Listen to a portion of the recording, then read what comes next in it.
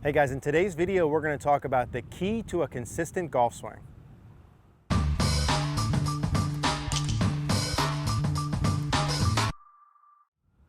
All right guys, let's talk about the key to a consistent golf swing. Now, what I want to talk a little bit about first is what does it mean to have a consistent golf swing? And then we'll dig into some of the mechanics that to me are involved with having a consistent golf swing. Now, I think the first issue here when we talk about a consistent golf swing is a lot of your guys' perception of what that means. So I think for a lot of you, you have this sort of thing in mind in terms of a consistent golf swing where in your mind consistency is sort of parallel with perfect or hitting the same shot over and over. What I want to say first is a lot of you guys are super consistent already. Now the issue is it might not be the type of consistent that you want. What I mean by that is this. If you really think about your golf game, all of us, essentially everyone that I've coached forever, will fall into a pattern where they hit really consistent shots. Now, your consistent shot might be a 20 or 35, 30, 40 yard slice to the right, but you're consistently slicing it 20, 30, 40 yards to the right. You're hitting the same ball flight over and over. I found over time that golfers are remarkably consistent. That's not really your issue, right? I always tell people when I coach them in person, and I think this is powerful.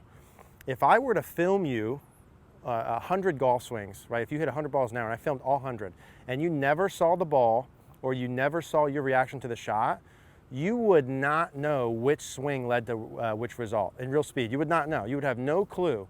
Every swing you make essentially looks the same. I'm telling you. Try it yourself. Record yourself 10 times. Don't watch the ball, and try and tell me exactly what all of those balls did. If you don't remember what the ball flights were, you wouldn't be able to.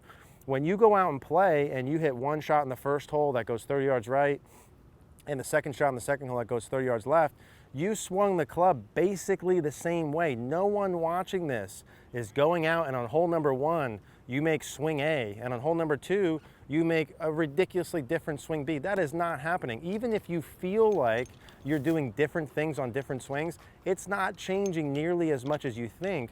And I think that's a really important part here before we talk into mechanics or anything else is, dude, you are consistent. Maybe not the level you want to be, but you are consistent. You're doing the same shit over and over. We got to just make that better is the deal here. All right, does that make sense? I hope you guys understand that part of it. If you mark your shots when you go play a practice, you're going to see that you're doing the same thing over and over, or certainly you're falling within a pattern there. So that's the first thing. Then the second thing when we talk consistency for me, is about predictability of the ball pattern mostly. So for you to play good golf, first things first, all the time, you must hit the ball solid, or at least solid enough and close enough in the middle of the face where you can predict the rest of the stuff, right? If you don't hit it solid, consistently or predictably, nothing else matters, which then leads us to the next part, which is ball pattern, which is to me what consistency means. I would much rather you hit a consistent ball pattern, meaning it does the same thing every time, than hit a ball pattern looking goes left one day, goes right the next day, goes right the next day, goes left the next day. I want it to look the same. Now, when I say look the same for ball pattern, I break that down into 2 categories. If I'm hitting a ball out here towards the 150-yard sign, I'm gonna hit my first ball. I'm trying to hit more balls here earlier for you guys in these videos. If I hit a ball out towards the 150-yard sign, I'll go ahead and demonstrate one. I'm looking for consistency in my ball pattern. So if I hit a couple golf balls here, what I'm checking for is 2 parts of the flight. The first part is where the ball starts. Does the ball start straight at the target? Does it start left of the target? Or does it start to the right of the target? So both of those balls for me started just left of my target line.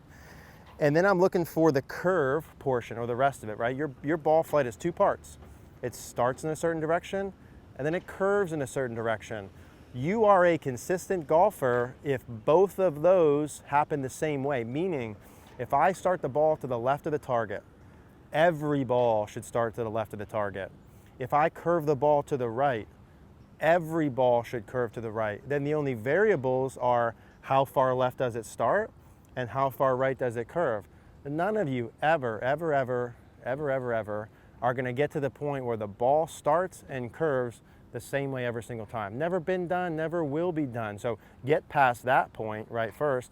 And let's recognize that all we want to do is start on the same side and curve the same way. If you could do that when you go play, and you can't score. We have other problems with that, right? So that was 2 for 2. I both started left, stayed pretty straight. I'm gonna hit one more out towards that 150.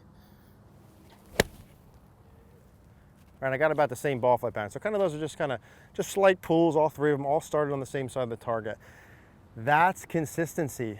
You with me on that? All of you should be trying to get consistent in that manner and understand that you can have some variance in your swing. Your swing's never gonna be the same exact thing day to day. There's gonna be some minor nuances all the time, but pretty much fall within the same pattern. So that's the key point that I wanna get across. You already are consistent, just be better at it. And then starting the ball on the same side and curving the same way is the key. Now, I do wanna talk a little bit about mechanical pieces, so we'll talk about 2 or 3 different things that I think are important in terms of getting yourself to the point where you can do the things we just talked about.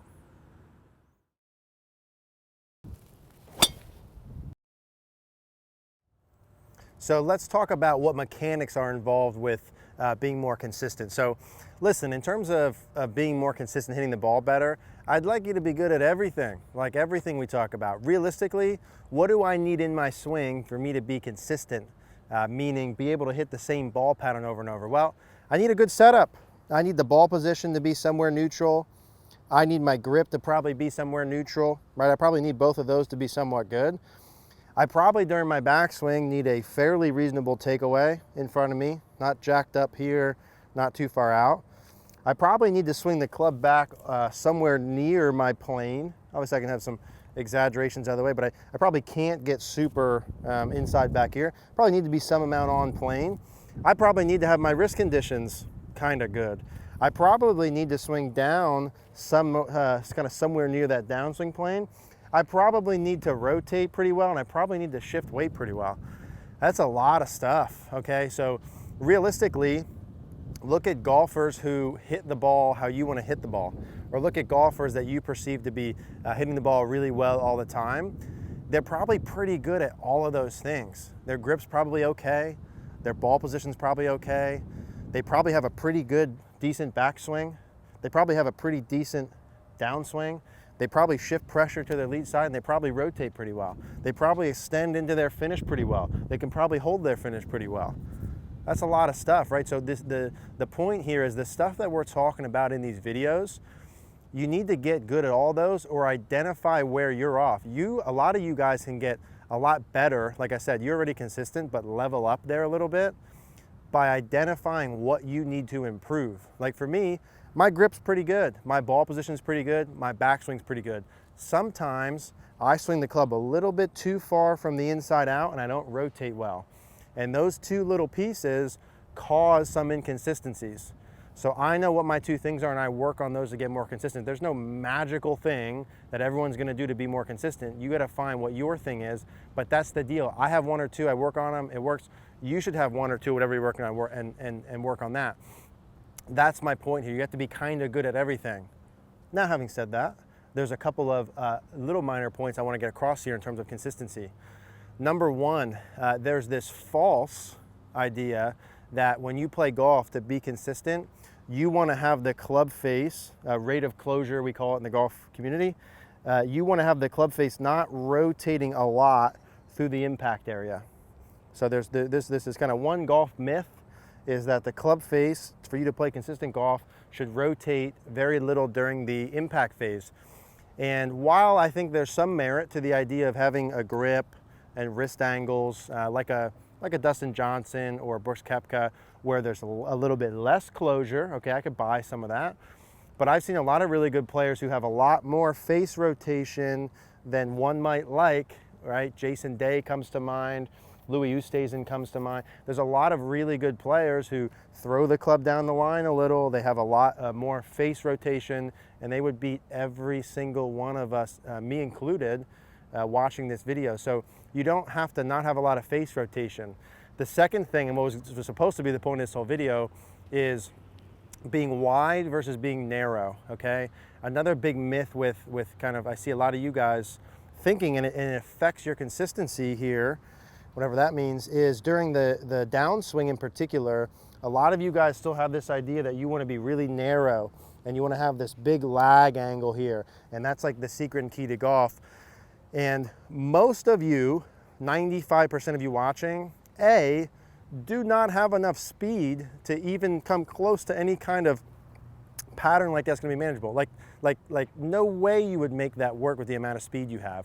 The only way, think of guys that you see, and girls, not just guys, that have this pattern where they have this sort of look, they're narrow, and they have this sort of look to it, where they're super narrow here, they have a lot of lag look, and they're wide open. Who has that look that's really good? Dustin Johnson, right? Brooks Koepka, guys that play on tour, guys that have club head speeds over 120 miles an hour. You know how many people watching this video have a club head speed over 120? Maybe like 2 of you guys. Like literally maybe 2. Not Mary behind the camera, not me. I swing the club like up to 115 when I'm crushing it, right? So you don't have enough speed to do that in the first place. The less speed you have, you got to get out of this lag deal. You need a wider angle coming down. That's the point here. Think about guys that don't swing the club super fast, or girls, again, I don't know why I always do that, that don't swing the club super fast and are really good and really consistent for a long time. How about Steve Stricker? Does he have a big angle like this coming down like this? No, he does not. How about David Toms off the tee? What does his circle look like? What I'm here to tell you, what I'm trying to say is during your downswing, you would be much better off losing the idea that you want to have a lot of lag and get this really narrow here like this, and you'd be much better off with a wider angle here. Does that mean that I'm saying from the top you should do nothing and just throw this? Of course not, I'm not saying that. Well, Eric, by you making a wider angle, doesn't that feel like casting? I don't want you to just stand there and throw the club this way. That's not what I'm saying. What I'm saying is from here, this angle getting more narrow in transition, not gonna lead to consistent golf. You're gonna have a very narrow low point and probably not know where the hell the ball's going, and your contact's probably not gonna be as good. If you watch guys that come down and are wider, now yes, does that mean this isn't as narrow? Yes, that's a part of it. Also, look at the length of my arms. Notice my hands and arms are farther from my body as I come down. The width there is more so how far the hands are from my body as I work down during the downswing, not in terms of this here like this, right? I don't want this getting narrow. I don't want this getting narrow. I'd rather keep this wide, and I'd rather keep my arms in club wide. Think club head here with me for a second. It's the last point I'm gonna make on this. When I swing, I want the club head here from the top. Of course, I'm gonna shift left. I'm gonna be shifting left, and so the butt of the club will move forward a little bit here as I'm rotating. But I wanna feel like that club head takes a pretty wide circle down to the ball. I wanna get that club head a little bit lower to the ground sooner as I rotate through, right? You with me on that? Wide circle width. This idea that I want this club head coming in narrow and hitting way down on the ball with a very small low point is not gonna work as good for you. So those are a couple pieces I want to get across. For you to be consistent in terms of your mechanics, you got to be pretty good at most everything. And if there's 1 or 2 pieces off, the other stuff could be really good and you're not going to be that consistent. That is what it is. Deal with that, right? Figure out what your thing is that's off and get better at that. There is no magical swing fix. There are some things you can live within. You can have plenty of face rotation and still play really good golf. Get that out of your head. And number 2, this lag deal and getting narrow in transition, 99% of you don't have enough speed, so it ain't gonna work anyway if you get it or not. And the second part is, you literally probably will have that look and hit the ball significantly worse. So width is better than more narrow. You already are consistent, just be better with it. If you want to practice being more consistent, practice starting the ball on a certain side and curving it a certain way. That's it. So that's my little spiel on consistency. If you guys have any questions, as always, leave us a comment down below. Hey guys, thanks for watching the video. If you guys liked the video, please click the like button down below. Click the notification bell if you haven't already, and also please subscribe if you haven't. Again, the membership site is up and live, cogornogolf.com. The link will be in the description if you guys want to check out the more premium videos there. Thank you guys.